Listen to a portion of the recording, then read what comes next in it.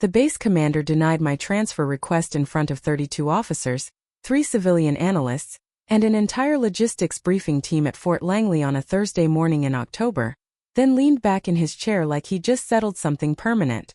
"Captain Holloway," he said, loud enough for the room to hear over the projector fans, "maybe Washington needs officers who can actually handle pressure." A few people looked down immediately. A few didn't. I remember Major Bennett pretending to check his tablet, so he wouldn't accidentally make eye contact with me. My request packet sat open on the conference table beside the commander's coffee mug. Red pen marks bleeding through the top page like he'd enjoyed rejecting it. The strange part wasn't the humiliation. It was the timing. Because less than 12 hours earlier, I'd received an encrypted call from someone at the Department of Defense, asking whether my commanding officer had formally documented the intelligence discrepancies I reported in August.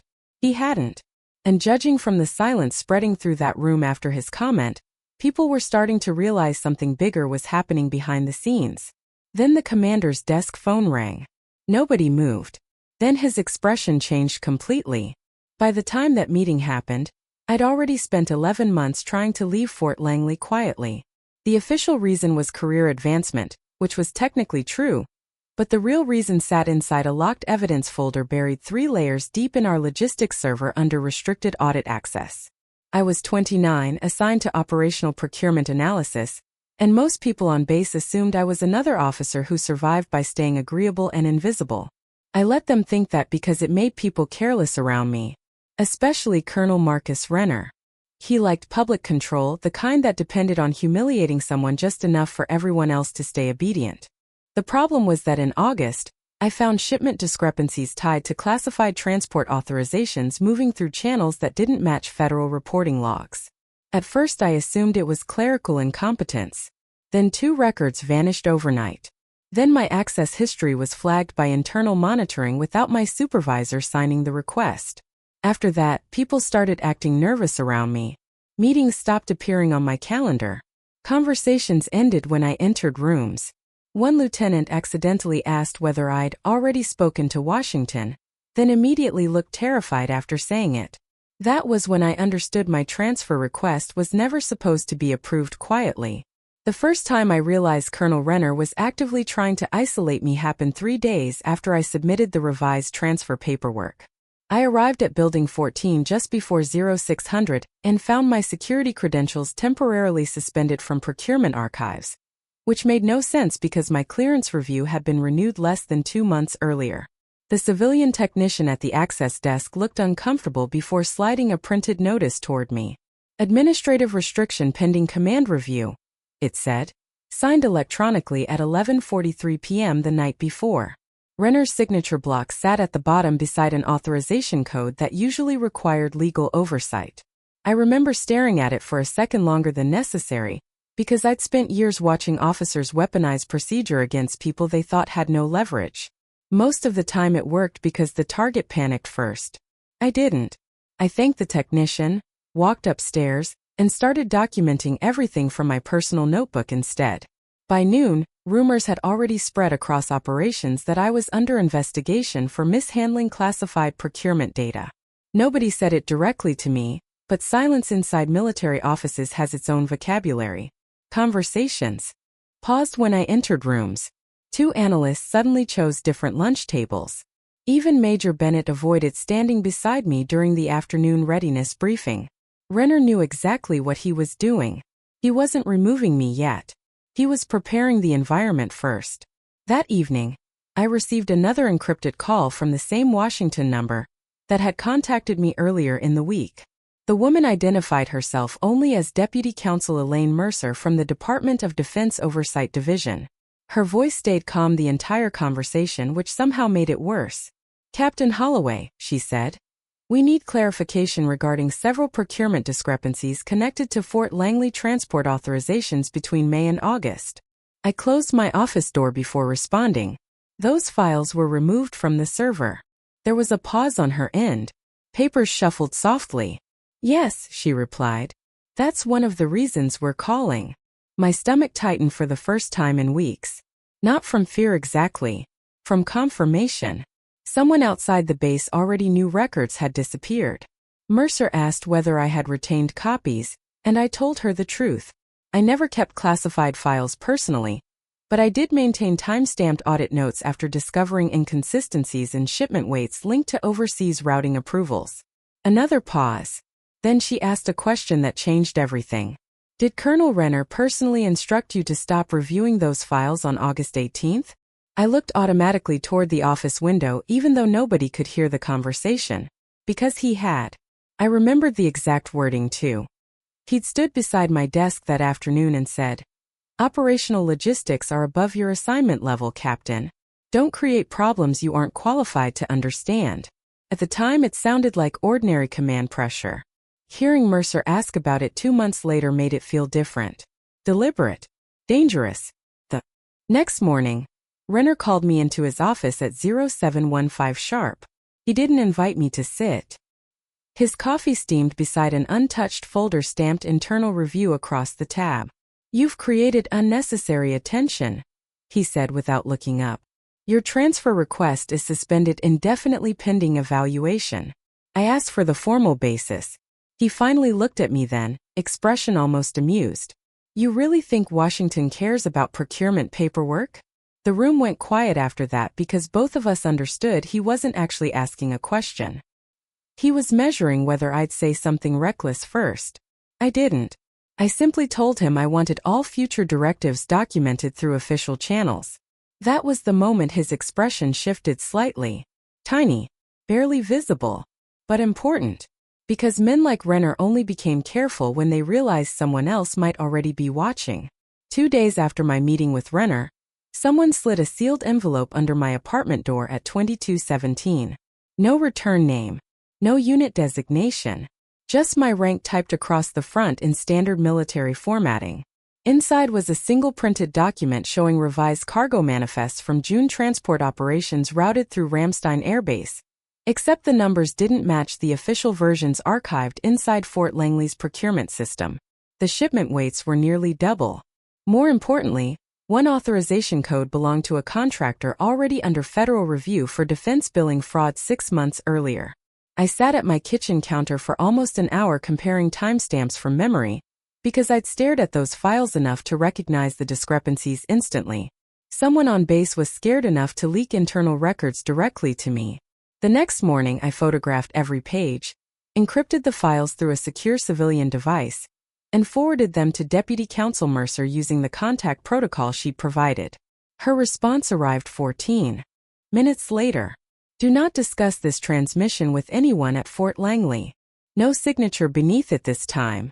Just an authorization stamp from Washington Oversight Division.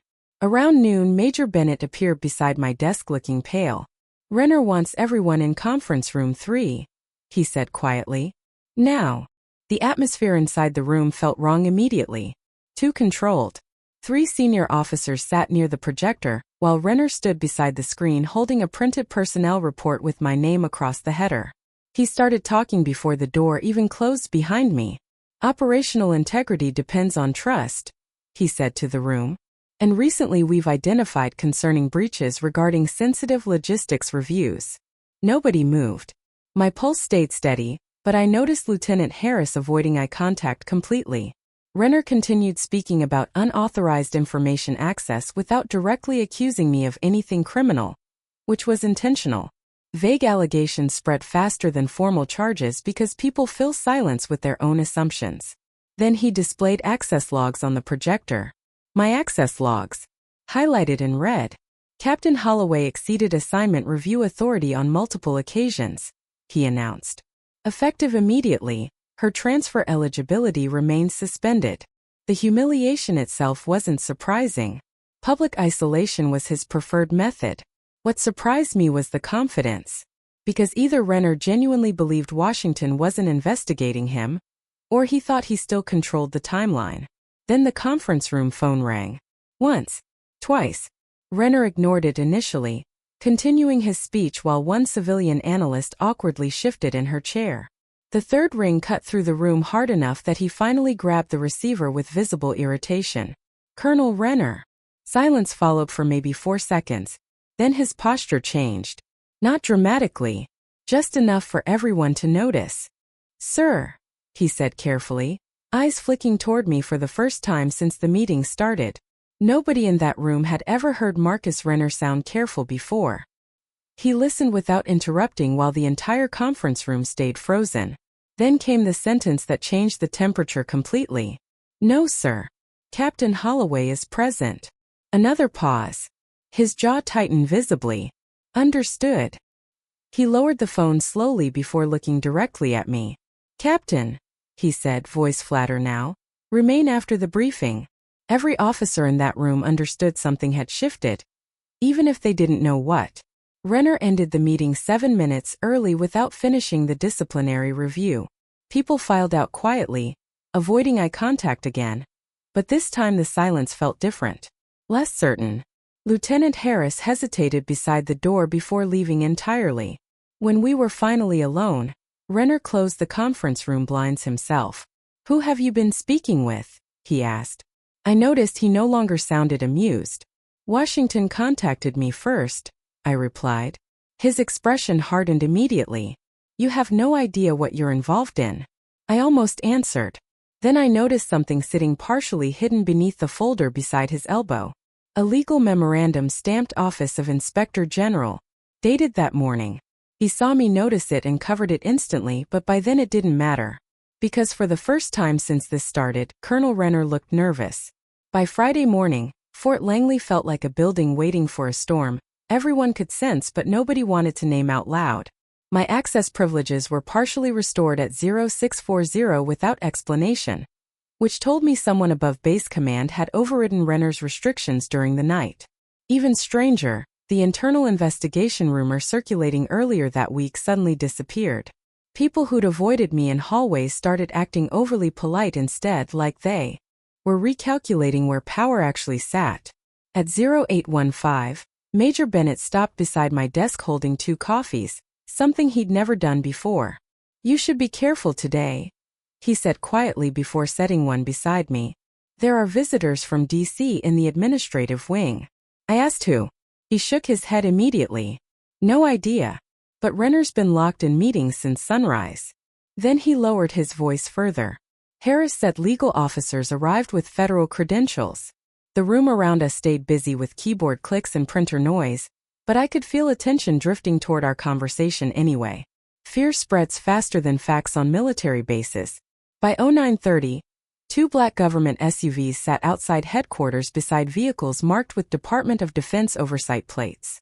Nobody officially acknowledged them, which made everyone notice them more. Around 10, I received a calendar notification marked mandatory attendance for an executive procurement review inside Conference Room 1. Organizer, Office of Base Command. Required attendees included Renner, 3 legal officers, financial compliance analysts, and me. My pulse stayed calm as I read the list, though my instincts immediately told me this meeting wasn't routine. Conference Room 1 was reserved for inspections, congressional visits, or disciplinary actions serious enough to involve external authority. When I entered at exactly 10:30, the atmosphere already felt unstable. 2 unfamiliar officials sat near the head of the table, reviewing printed documents while Renner stood beside the projector speaking quietly with base legal counsel. He stopped immediately when he saw me. One of the visitors introduced herself as Allison Price from Department of Defense Inspector General Oversight. The second man never offered a title at all. That unsettled me more than if he had. The meeting began formally enough, reviewing procurement authorizations tied to overseas logistics contracts between May and September. Renner spoke confidently at first, dismissing discrepancies as clerical processing delays caused by contractor transitions. Then Price started asking specific questions. Exact shipment dates, authorization signatures, missing audit revisions. The room tightened with every answer. Renner's confidence didn't disappear immediately, but I watched irritation slowly replace control, especially when Price projected side-by-side cargo manifests onto the screen showing mismatched weights tied to restricted routing clearances. Can you explain why these revisions were removed from archive history on August 19th? She asked. Renner adjusted his collar before answering. System correction protocols occasionally overwrite redundant entries. The unidentified man finally spoke for the first time. That's inaccurate. Silence dropped hard across the room. He opened a folder calmly and slid several printed pages across the table toward Price. Archive deletions require command-level authorization under Fort Langley security policy. Renner stopped moving entirely. Nobody else even touched their coffee. Price reviewed the documents for several seconds before looking directly at him again. Colonel Renner, did you personally authorize deletion of procurement review records connected to Titan Strategic Logistics? His jaw tightened. I authorized administrative cleanup of duplicate entries. After Captain Holloway reported irregularities, another silence. Longer this time.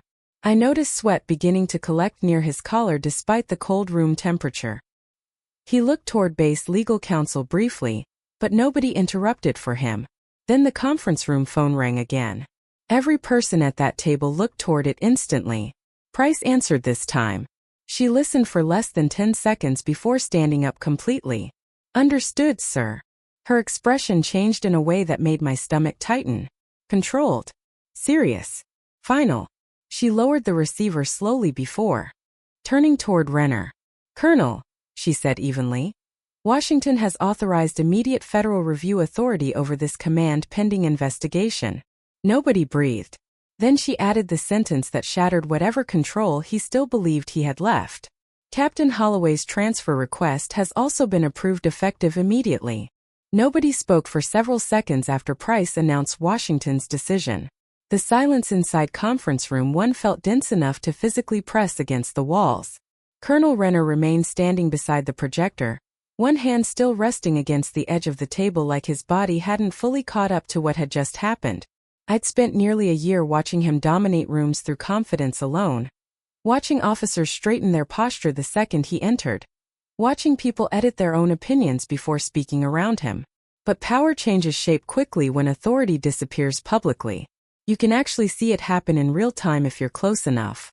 The unidentified federal official closed his folder calmly, while Price continued reviewing documents as though none of this surprised her anymore. That detail mattered. It meant Washington had likely reached conclusions long before this meeting even started. Renner finally cleared his throat. This is an overreach based on incomplete procurement interpretation. His voice stayed controlled but barely. Price looked at him without emotion. 3 shipment authorizations tied to Titan Strategic Logistics bypassed federal audit routing and were subsequently removed from archive review history using your command credentials. She paused briefly before sliding another document across the table. Additionally, financial investigators confirmed contractor payments exceeding authorized procurement thresholds on July 14 and August 3.